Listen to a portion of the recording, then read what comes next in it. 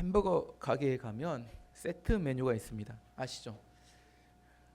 요즘은 건강이 안 좋아서 이렇게 햄버거를 잘 안 드실 수 있는데 세트 메뉴를 먹으면 햄버거, 콜라, 감자튀김, 치킨 너겟이 한꺼번에 나옵니다. 근데 어떤 햄버거 집 가면 감자튀김이 맛있는 집이 있고, 근데 우리나라는 거의 비싼 것 같아요. 근데 좀 미국은 다른 것 같아요. 어떤 가게 가면 햄버거가 맛있는 가게가 있고 KFC처럼 치킨이 맛있는 햄버거 가게가 있습니다. 세트 메뉴를 주문하면 나오는 걸 모두 한꺼번에 먹어야 합니다. 근데 우리 인생은 세트 메뉴와 비슷하다는 생각을 합니다. 내가 원하는 것을만을 얻을 수는 없습니다. 내가 원하는 것을 얻기 위해서는 반드시 내가 원하지 않는 것들도 함께 해야 합니다. 마치 학교와 똑같습니다. 학교에 가면 공부만 하는 것 아닙니다. 인성도 배워야 되고 공동체 생활도 함께 해야 합니다. 공부만 하기를 원한다면 학교가 아닌 학원을 보내면 됩니다. 하지만 아무리 좋은 학원을 다녀도 학력을 인정해 주진 않습니다. 학원은 공부만 배우는 곳이지 내가 원하는 학력을 인정해 주질 않습니다. 사람들은 자기가 원하는 것만 딱 골라서 하기를 원합니다. 하지만 내가 원하지 않는 것도 함께 해야 내가 하고 싶은 걸 할 수 있습니다. 그렇게 하지 않으면 학교나 직장에 인정받기 어렵고 하나님께도 인정받기 어렵습니다. 갈라디아서 6장 7절 말씀이 우리에게 이렇게 이야기합니다. 스스로 속이지 말라. 하나님은 여신여김을 받지 아니하시나니 사람이 무엇으로 심든지 그대로 거두리라. 사람이 뭘 심든지 어떻게 한다고요? 심는 대로 거둔다 그렇게 말합니다. 콩을 심으면 뭐가 될까요? 콩이 납니다. 근데 콩을 심고 팥이 나가기를 기대하는 사람들이 있어요. 공부를 안 하면 성적이 좋을까요? 나쁠까요? 기도하면 성적이 좋아지나요? 아닙니다. 마음만 편해집니다. 기도하면 마음 편해지는데 성적은 좋아지지 않습니다. 자신이 뭘 심든지 심는 대로 거두게 됩니다. 잘 심으면 잘 거둡니다. 제가 이 말씀 보면 꼭 생각나는 사람이 한 사람 있습니다. 제가 청년 사역을 할 때 교회에서 열심히 헌신했던 청년 리더가 한 명 있었는데 지금 목사님이 되어서 이렇게 고흥군에서 목회를 하고 있습니다. 그때 이제 노총각이었는데 어느 날 갑자기 저를 찾아오더니 헌금 목통에 10만 원, 20년 전이니까 10만 원 꽤 큰 돈이었습니다. 저희 가까우니 전도사님, 그때는 전도사님이었어요. 제가 씨를 심는 겁니다 그러더라고요. 야 무슨 말이냐 물어봤더니 그주에 자기가 하나님께 은혜를 받았대요. 은혜를 어떻게 받았냐 했더니 좋은 자매와 결혼해달라고 기도를 했더니 하나님이 씨를 심으라 이런 응답을 주셨다는 거예요. 근데 교회에다 씨를 심으면 좋은데 나한테 찾아와서 그걸 주면서 전도사님이 씨를 심는 겁니다 이렇게 이야기하더라고요. 그때가 그 형제가 30대 중반이었습니다.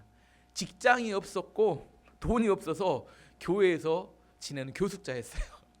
날마다 뭔 해요? 교회에서 모든 예배는 다 참석하고 날마다 말씀과 기도만.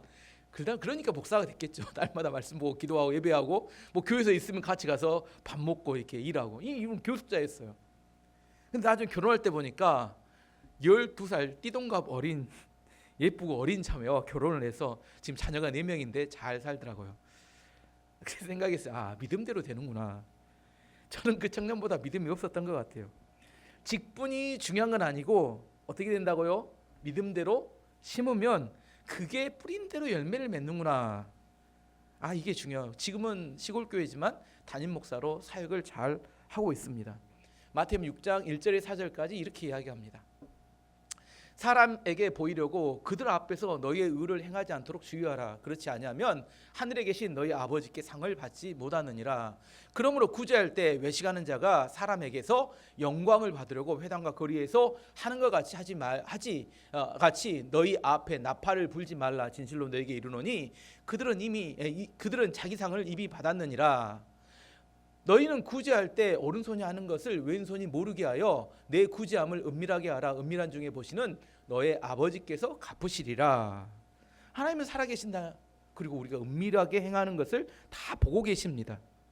우리가 믿음대로 행한 것을 응답하신다는 겁니다. 인생은 세트 메뉴입니다. 내가 좋아하는 것만 골라서 할 수는 없어요. 하나님께서 우리 은밀하게 보시고 우리가 행한 것을 다 갚아주시는 분입니다. 이걸 믿으셔야 합니다. 나다넬 호손이라는 미국 그 소설 작가가 쓴 이 주홍글씨라는 소설이 있습니다. 우린 이 소설의 이름을 알지만 뭘로 기억하냐면 가슴에 A자를 달고 사는 여자로 이 소설을 기억하는 분들이 많습니다. 17세기 영국의 식민지였던 미국의 보스턴에 있었던 일입니다. 소설 이야기니까. 청교도 정신이 그 시대를 지배하고 있었어요. 영국에서 미국으로 이주했던 청교도들이 어떤 마을을 정착하면 가장 먼저 하는 일은 마을 중앙에 교회를 건축하는 거예요. 교회가 다 건축돼야 그 다음에 자기 집을 건축합니다. 헤스터라는 여자가 남편이 행방불명 돼버렸어요. 죽은 줄 알았는데 이 여자가 그 마을에 살았는데 갑자기 임신을 했습니다. 여자가 남편이 없는데 임신했으면 무슨 일이 발생했을까요? 여자가 남편이 뭐 동정녀 마리아처럼 성령으로 임신했을까요? 아니겠죠. 간음이 있었던 겁니다. 마을 사람들이 데려다가 그 여자를 추궁합니다. 누구냐? 누구와 간음을 했느냐? 이 헤스터라는 여자가 끝내 말을 하지 않습니다. 그랬더니 마을 사람이 징벌을 해요. 그 여자 가슴에다가 붉은색으로 H자, 영어로 어덜터리라는 간음이라는 글자를 쓰고 딸을 키우며 살도록 합니다. 여자는 나가면 뭐예요? 여기가 애가 써지면 저 여자는 간음한 여자야. 이 손가락질. 뭐예요? 예수님 시대로 말하면 문둥병자, 아니면 창녀, 세리 이런 거와 똑같이 이런 삶을 살도록 했습니다. 한번 그림 있으면 한번 보죠. 제가 웃고 있는데 원래 저렇게 A자로 붉은색으로 쓴 A자를 가슴에 붙이고 살도록 됐습니다. 이렇게 어덜터리라는 간음했던 여자로 이야기했습니다. 사실 그 친아버지, 그 아이의 친아버지는 그 마을에 존경받던 아서 딤스테일이라는 목사였습니다. 아서 목사는 자기의 명예와 지위를 잃어버릴까 봐 두려워서 죄를 고백하지 못하고 양심의 가책으로 점점점 병약해 가고 있었습니다. 근데 죽은 줄 알았던 남편이었던 로저 칠링월스가 살아서 돌아옵니다. 근데 와서 그 사람은 의사였어. 직업이. 와서 보니까 없던 뭐가 생겼어요? 딸이 하나 생긴 거야. 추궁하죠. 누구 아이냐? 결국 알아냅니다. 아서 목사의 아이라는 것을. 의사이기 때문에 아서 목사를 치료해 준다고 일부러 아서 목사에게 접근합니다. 그리고 그에게 물리적으로 복수하지 않아요. 하지만 그 옆에 붙어가지고 날마다 죄책감을 자극하는 심리적이고 영적인 고통을 줍니다. 이유를 알면서도 말을 하지 않아요. 그리고 점점 알쏭달쏭한 말로 그 사람을, 아서 목사를 자극하고 점점 병들게 만듭니다. 근데 아서 목사는 양심의 가책이 심해지면 심해질수록 더 뭐 할까요? 더 겸손하게, 더 목회일만 열심히 하는 겁니다. 열심히 가책을 받으면 열심히 목회를 하니까 양심의 가책이 심할수록 뭐예요? 마을 사람들은 더 존경심이 많아지는 거예요. 양심의 가책은 심해지고 몸은 병들어가는데 마을 사람은 더 존경하는 겁니다. 우리 목사님 하면서 마침내 아서 목사는 그 양심의 가책을 견디지 못하고 광장에 단상에 올라가 마을 사람이 다 모여있는 그 앞에서 공개적으로 자기의 죄를 고백합니다. 제가 간음한 사람입니다. 그리고 그날 그 양심의 가책을 이기지 못하고 고백한 날 저녁에 죽습니다. 아서 목사가 죽은 다음에 헤스터라는 여자는 자기 딸을 데리고 보스턴을 떠납니다. 그리고 시간이 한참 흐른 후에 이 헤스터라는 여자가 누구도 강요하지 않았는데 보스턴으로 다시 돌아와서 가슴에 A자, 붉은 A자를 붙이고 그 마을에서 묵묵히 살아갑니다. 이 소설의 주제는 뭐냐면 누가 과연 진짜 죄인인가? 이게 누가 과연 진짜 죄인인가? 헤스터라는 여자는 남편이 있는 여자인데 임신하게 돼요. 그러니까 뭐예요? 간음한 여자죠. 드러난 죄인입니다. 분명한 죄인은 누구예요? 드러난 죄인은 이 헤스터입니다. 하지만 이 여자는 A자를 붙이고 살면서 저는 죄인입니다고 모든 사람에게 인정하고 고백하고, 너 죄인이지, 간음한 여자지 하면 예, 저 맞습니다, 죄인입니다 하고 인정하고 살아갑니다. 두 번째 아서 목사는 감추어진 죄인입니다. 간음을 저질렀지만 잘 숨겨놓고 살아가요. 양심의 가책을 받아 점점 병들어갑니다. 시간이 많이 흘러서 죽기 전에 마지막으로 자기 죄를 고백하고 위선에 덫에서 벗어나긴 합니다. 세 번째 본 남편이었던 로저는 가장 치밀한 복수자입니다. 치료를 빌미로 아서 목사 옆에 붙어서 결국 그를 죽이는 복수를 성공합니다. 겉으로는 가장 선량한 사람이에요. 왜냐하면 누가 간음을 저질렀어요? 아내와 목사가 저질렀는데 이 사람은 간음을 저지르지 않았어요. 그래서 겉으로 보면 간음의 피해자입니다. 하지만 사실상 이 사람들을 죄에 대한 대가를 치르게 만들려는 사람이 아니라 이들을 죽이려고 작정한 복수자입니다. 에스더라는 여자는 가장 빨리 자기 죄를 인정했기 때문에 가슴에 A자를 붙이고 살아가서 그걸 자기의 당연한 대가라고 여기기 때문에 나중에 오랜 시간이 지나고 난 다음에 그 마을에 간음을 저지른 사람들이 에스더와 아하스 목사만 그랬을까요? 그 마을 안에 다른 간음한 사람들을 돕는 성숙한 여자로 변화하게 됩니다. 아하스 목사는 죄를 숨기다가 결국 병들어 죽게 됩니다. 가장 불쌍한 사람은 복수했던 로저입니다. 로저, 남편이었던 이 사람은 그의 마음 가운데 자기는 절대 죄인이라고 생각하냐. 왜 누가 죄를 저질렀어요? 아하스 목사와 자기 아내가 간음했지 자기는 간음하지 않았어요. 하지만 이 사람은 뭐라고 생각해요? 자기는 죄인들을 응징한 심판자라 이렇게 생각하고 살아갑니다. 그의 인생의 목표는 뭐냐면 이 죄를 저지른 사람들을 이렇게 복수하는 거, 이 사람들을 없애는 거, 죽이는 거, 이걸 자기의 인생의 목표로 삼았어요. 근데 이상한 것은 아하스 목사가 죄를 고백하고 죽었을 때 통쾌하고 시원할 것 같은데 절망합니다. 왜 절망했냐면 삶의 목표가 없어져 버린 거예요. 내가 괴롭혀야 되는데 이 사람들 분명히 죄를 드러내고 괴롭혀야 되는데 이 사람이 죽어버렸어요. 죄를 고백하고 죽어버리니까 자기의 인생의 목표가 사라지면서 자기 스스로 무너져 버립니다. 이 복수에 허망합니다. 누가 잘못했다고 정죄하고 복수하려고 하는 사람들은 대상이 사라지면 이 마음속에 이제 더 이상 인생의 목표가 없어져 버리는 거예요. 이 소설은 율법과 믿음의 차이를 분명하게 보여줍니다. 율법을 지키려고 발버둥 치는 사람들은 두 가지 모습이 나타납니다. 아하스 목사처럼 이중적인 삶을 살면서 죄책감 속에 살아가든지 아니면 로저처럼 자신은 피해자라고 생각하면서 끊임없이 정죄하고 복수심에 불타며 살아가는 두 가지 모습이 율법에 사로잡힌 율법을 지키려고 발버둥 치는 사람들의 모습이라는 겁니다. 지금까지 갈라디아서 설명하면서 율법의 목적에 대한 이야기를 했어요. 율법의 목적이 뭘까요? 죄를 깨닫게 하는 거. 훌륭하십니다. 죄를 깨닫게 하는 거. 우리가 죄인임을 인정하고 죄를 깨달으면 우리는 우리 스스로 구원할 수 없으니까 예수님의 십자가 앞에 나가 내 죄를 대신해 죽으셨던 예수님을 믿음으로 영접하고 우리는 구원을 받게 됩니다. 하나님께서 구원의 약속으로 보내주신 분이 예수님이십니다. 예수님인 약속을 믿음으로 받아들일 때 우리는 구원을 받을 수 있습니다. 진짜 구원받은 사람은 에스더와 같이 가슴에 A자를 붙이고 살아도 부끄럽지 않습니다. 왜요? 진짜 죄인이니까. 죄인인데 죄인이 아니라고 우기니까 누가 너 죄인이지 하면 어떻게 돼요? 이상해집니다. 좋은 글씨의 A자는 점점 의미를 바꿔갑니다. 처음엔 어덜터리라는 간음의 의미의 A자였는데 두 번째는 어플릭션이라는 고난의 의미의 A자가 됩니다. 죄로 인해 고통을 당합니다. 이 여자가. 세 번째는 에이블이라는 능력이 됩니다. 능력의 A자가 됩니다. 자기 안에 공동체를 섬기고 돕는 사람으로 변해갑니다. 마지막에는 억셉턴스랑 오솔로티라는 내가 누군가를 수용해주고 누군가를 돕는 권위자가 됩니다. 이 여자는 나중에 A자를 붙이고 살아가지만 누군가를 돕는 사람으로 변화하게 됩니다. 에스더가 다시 보스턴으로 돌아와서 A자를 붙이고 살지만 그 여자는 더 이상 부끄럽지 않았고 누구의 강요에 의하지도 않았습니다. 자기를 뭐라고 생각하냐면 구원받은 죄인이다, 이런 정체성을 가지고 살아갑니다. 율법을 통과하고 예수님을 만난 사람들은 구원받은 죄인입니다.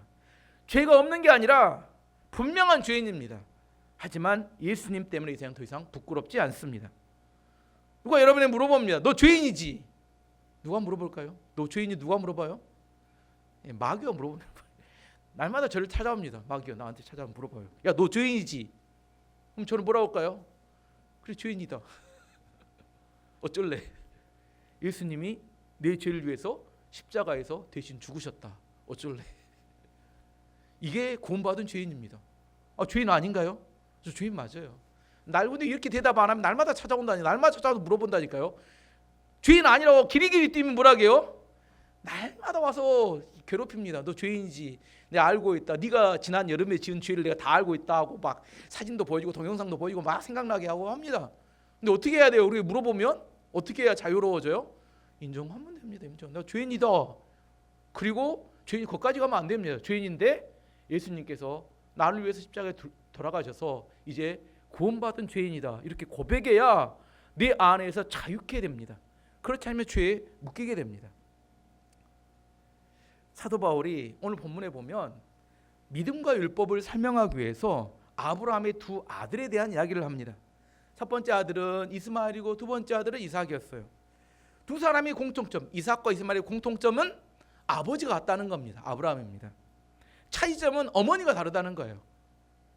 이스마엘의 어머니는 애굽의 출신의 여종이었던 하갈이었고, 이삭의 어머니는 아브라함 정실분이었던 자유인이었던 사라였습니다. 아브라함이 나이 75세일 때, 갈대 우르했을 때 하나님이 아브라함과 사라를 찾아오셨어요. 그리고 이렇게 약속하셨습니다. 내가 내 고향과 친척과 아버지 집을 떠나서 내가 명령할 땅으로 가면 내가 너에게 복을 주고 내게 아들을 주겠다 이렇게 약속을 하셨어요. 그때 아브라함과 사라는 아들이 없었어요. 자녀가 없었습니다. 아브라함과 사라는 그 약속을 붙들고 가나안 땅으로 이주합니다. 그리고 10년을 기다렸어요. 근데 아들이 안 생기는 겁니다. 사라가 날짜를 정해놨던 것 같아요. 하나님 10년입니다. 여러분 그런 분들이 있죠. 하나님 언제까지입니다. 언제까지 응답. 사라는 언제까지였어요? 그 시한이 10년이었습니다. 10년입니다. 10년 넘으면 재미없습니다. 하나님 10년 넘으면 이제 하나님 저도 2판 4판입니다. 이렇게 10년을 정해놓은 것 같아요. 10년입니다 했는데 10년이 지나도록 아이가 안 생기는 겁니다. 그래서 사라가 남편에게 찾아갑니다. 아브라함, 나에게 여종이 있는데 참하고 예쁜 여종이 있는데 그 여종의 몸을 통해서 아들을 낳읍시다. 아들을 얻읍시다. 하나님께서 아들을 주신다겠지 꼭 내 몸을 통해서 아들을 주신다고 하진 않으신 거 아닙니까? 여종을 통해서 아들을 낳읍시다. 아브라함도 10년을 기다렸는데 아들도 생기지 않고 사라도 생리가 끊어지면서 이제 소망이 없어지자 사라의 요청을 받아들여 그 여종을 통해 낳은 아들이 이스마엘이었습니다. 이스마엘은 율법의 상징입니다. 율법이란 하나님의 뜻을 인간적인 방법으로 얻는 걸 말합니다. 문제는 이스마엘, 율법을 통해서 얻은 아들을 통해서 하나님께서 구원도 축복도 은혜도 주시지 않는다는 겁니다. 그리고 나서 15년이 지나서 약속을 받은 25년이 지나서 아브라함이 나이 100세가 되었을 때 하나님이 약속대로 아들 주셨는데 그 아들이 이삭입니다. 아브라함은 이미 노쇠해 버렸어요. 소망이 없습니다. 사라는 생계가 끊어진 지 오래돼 버렸습니다. 이 두 부부 사이에서 아이가 낳을 확률은 거의 제로가 아니라 완전 제로. 절대로 낳을 수 없습니다. 근데 하나님께서 특별한 은혜로 하나님의 개입하심으로 아들을 주셨어요. 하나님의 뜻을 따라 하나님의 방법으로 성취된 것이 바로 이삭입니다. 하나님의 약속을 믿음으로 이루어진 것이 이삭입니다. 하나님께서는 이삭의 후손들을 통해서 온 세상을 에게 복을 주시고 구원하시기를 원하셨습니다. 창세기 12장 1절에 3절까지 말씀 보시면 하나님의 약속입니다. 여호와께서 아브라함에게 이르시되 너는 너의 고향과 친척과 아버지의 집을 떠나 내가 내게 보여줄 땅으로 가라. 내가 너로 큰 민족을 이루고 내게 복을 주어 내 이름을 창대하게 하리니 너는 복이 될지라.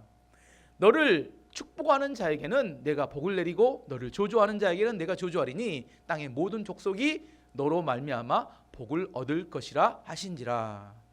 하나님의 구원의 계획은 이삭 한 사람이 아니라 이삭을 통한 이삭의 후손들 모든 후손들을 복을 주고 그리고 그 후손들을 통해서 모든 민족이 복을 받게 하는 것, 이게 하나님의 계획이었어요.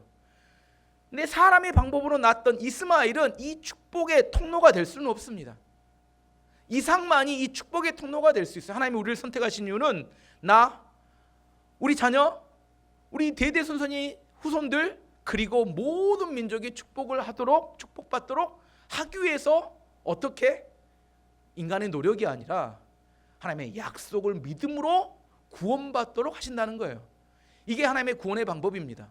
인간의 노력을 의미하는 율법이 아니라 하나님의 약속을 통해 구원을 받아요. 어떻게 해요? 인간적인 방법으로는 도저히 구원에 임할 가능성이 없는데 하나님의 특별히 개입하심을 통하여 아들을 얻었을 때 그 아들을 통하여, 이게 약속을 통하여 그 후손이 복을 받게 되는 걸 말합니다. 이래서 그 집에는 누가 생겼어요? 두 아들이 자라게 됐습니다. 근데 문제는 두 아들은 누구예요? 큰 아들인 서자였던 이스마엘, 둘째 아들이었던 적자지만 어린 이삭. 이 두 아들이 자랐습니다. 문제는 이삭이 젖을 뗄 때 이 유대인들은 3년 정도 젖을 먹였습니다. 그래서 젖을 뗄 때라고 성경에 나올 때는 3살 때, 3살에 대해서 큰 잔치를 벌였는, 아마 우리나라의 돌잔치 같은 거였던 것 같아요. 3살 때 이제 살았다고 생각하고 큰 잔치를 벌였을 때 이스마엘이 속상했던 것 같아요. 왜 속상해요? 이삭이 태어날 때까지는 관심의 대상이 누구였어요? 다 왜 자기가 상속자가 되고 제가 다 관심의 대상이었는데 이삭이 딱 태어난 순간부터 자기는 찬밥입니다. 그러니까 이삭이 미웠던 것 같아요. 큰 잔치를 하던 날 이삭을 가서 놀렸습니다. 창세기 21장 9절 말씀 보시면 사라가 본즉 아브라함의 아들 애굽 여인 하갈의 아들이 이스마엘이 이삭을 놀리는지라의 원어 의미는 비웃다, 조롱하다, 깔보다 이런 의미입니다. 이걸 누가 봤냐면 사라가 이삭의 엄마가 봅니다. 그리고 아브라함을 쫓아가서 뭐라고 해요? 당장 우리 집에서 하갈과 이스마엘을 쫓아내라. 근데 아브라함은 뭐예요? 속으로 이스마엘도 아들인데 고민합니다. 그리고 가서 하나님께 엎드려 기도합니다. 하나님 어떻게 해야 되나 했더니 하나님께서 말씀하십니다. 사라의 말대로 하갈과 이스마엘을 내쫓아라 하고 말씀하십니다. 그래서 아브라함이 하나님의 말씀대로 하갈과 이스마엘을 내쫓습니다. 28절에 30절까지 말씀 보시면 형제들아 너희는 이삭과 같이 약속의 자녀라. 그러나 그때 육체를 따라 낳은 자가 성령을 따라 낳은 자를 받게 한 것 같이 이제도 그러하도다. 그러나 성경이 무엇을 말하느냐? 여종과 그 아들을 내쫓으라. 여종의 아들이 자유 있는 여자의 아들과 더불어 유업을 얻지 못하리라 하였느니라. 이스마엘이 이삭을 핍박하듯이 율법이 믿음을 핍박하고 조롱한다는 겁니다. 율법으로는 하나님의 유업을 받을 수 없습니다. 율법이 뭐냐? 여러 번 이야기했습니다. 하나님의 뜻을 인간의 방법으로 이루는 게 율법입니다. 믿음은 하나님의 뜻을 하나님의 방법으로 이루는 것을 말합니다. 율법은 하나님의 뜻이 이루어질 때까지 기다리지 못합니다. 항상 조급합니다. 항상 인간의 방법을 써야 돼요. 하나님께서 이루실 때까지. 믿음은 하나님의 뜻을 하나님의 방법을 이룰 때까지 기다리는 걸 말합니다. 조급하지 않아요. 여유가 있습니다. 마태복음 16장에 보면 예수님께서 제자들에게 이제 내가 예루살렘에 올라가 십자가 져야 된다는 것을 알려주셨어요. 그래서 베드로가 나서서 말합니다. 주님 절대로 안 됩니다. 화를 내면서 예수님을 말렸어요. 그래서 예수님께서 베드로를 책망하셨습니다. 마태복음 16장 23절 24절 말씀 보시면 예수께서 돌이키시며 베드로에게 이르시되 사단아 내 뒤로 물러가라. 너는 나를 넘어지게 하는 자로다.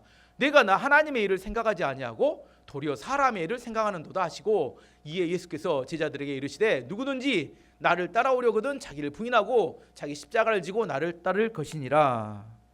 베드로는 스승을 위한다고 생각해서 뭐하지 말라고 해요? 그러면 안 됩니다 말렸지만 예수님께서 네가 하나님의 일을 생각하지 않고 사람의 일을 생각한다 이렇게 말합니다.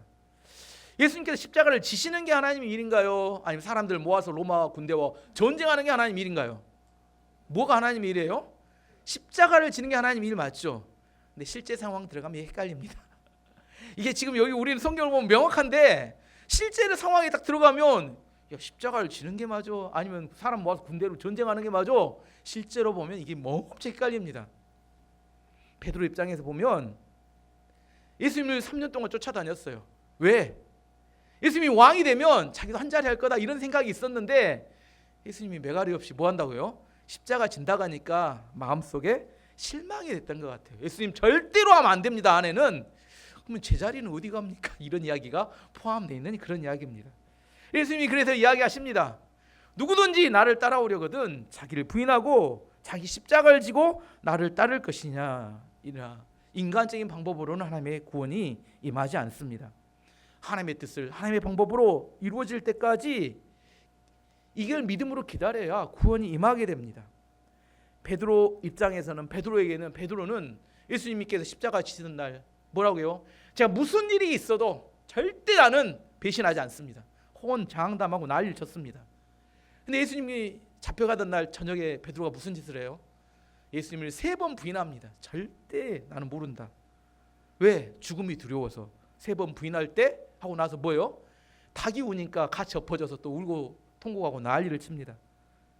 베드로는 뭘 본 거예요? 자기의 비겁함을 본 겁니다. 믿음이 아니라 비겁함을 봤어요. 호언장담했지만 예수님 앞에 예수님이 이렇게 잡혀가니까 두려워하는 자기 자신을 본 겁니다.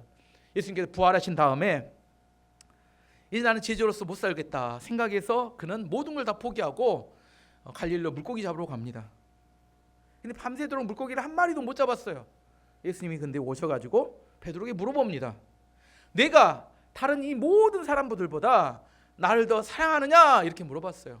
예전 같았으면 베드로 난리치고 제가 제일 사랑합니다. 저밖에 없으면 난리쳤을 텐데 뭐라고 베드로가 대답해요?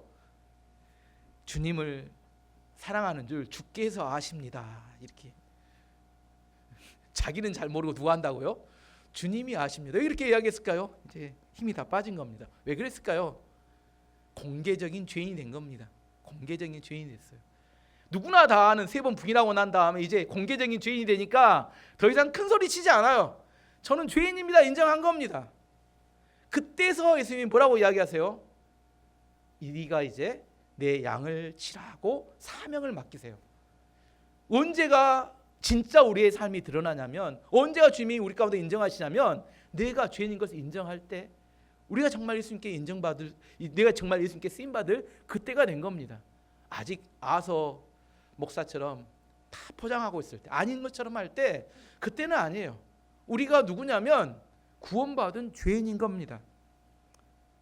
베드로가 그렇게 예수님께 사명을 맡고 난 다음에 진짜 능력 있는 사역자가 돼서 열매 맺는 인생을 살아가게 됩니다. 오늘 말씀의 결론입니다. 율법은 겉으로 볼 때 굉장히 열정적으로 보여요. 열정적으로 보입니다. 아서처럼 죄책감이 심해질수록 더 뭘 할까요? 더 겸손하게, 더 열심히 목회해야 합니다. 이게 율법의 모양이에요. 또 하나, 로저처럼 자기 안에 자기는 죄인이 아니기 때문에 더 사람들을 정죄하고 복수심에 불타올라 살아갑니다.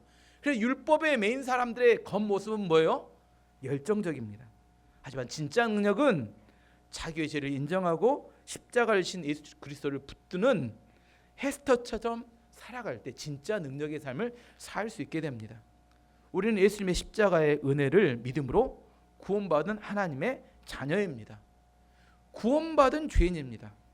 이 정체성이 분명해질 때 우리는 어떤 고난이나 어떤 유혹에도 승리하고 열매 맺는 삶을 살 수 있게 됩니다. 우리 안에 진짜 구원받은 사람, 감춰진 죄인이 아니라, 내가 마귀가 오늘만 우리에게 와서 뭐라 할까요? 맨날 옵니다. 날마다 찾아와요. 그리고 뭐라 해요? 너 죄인이지.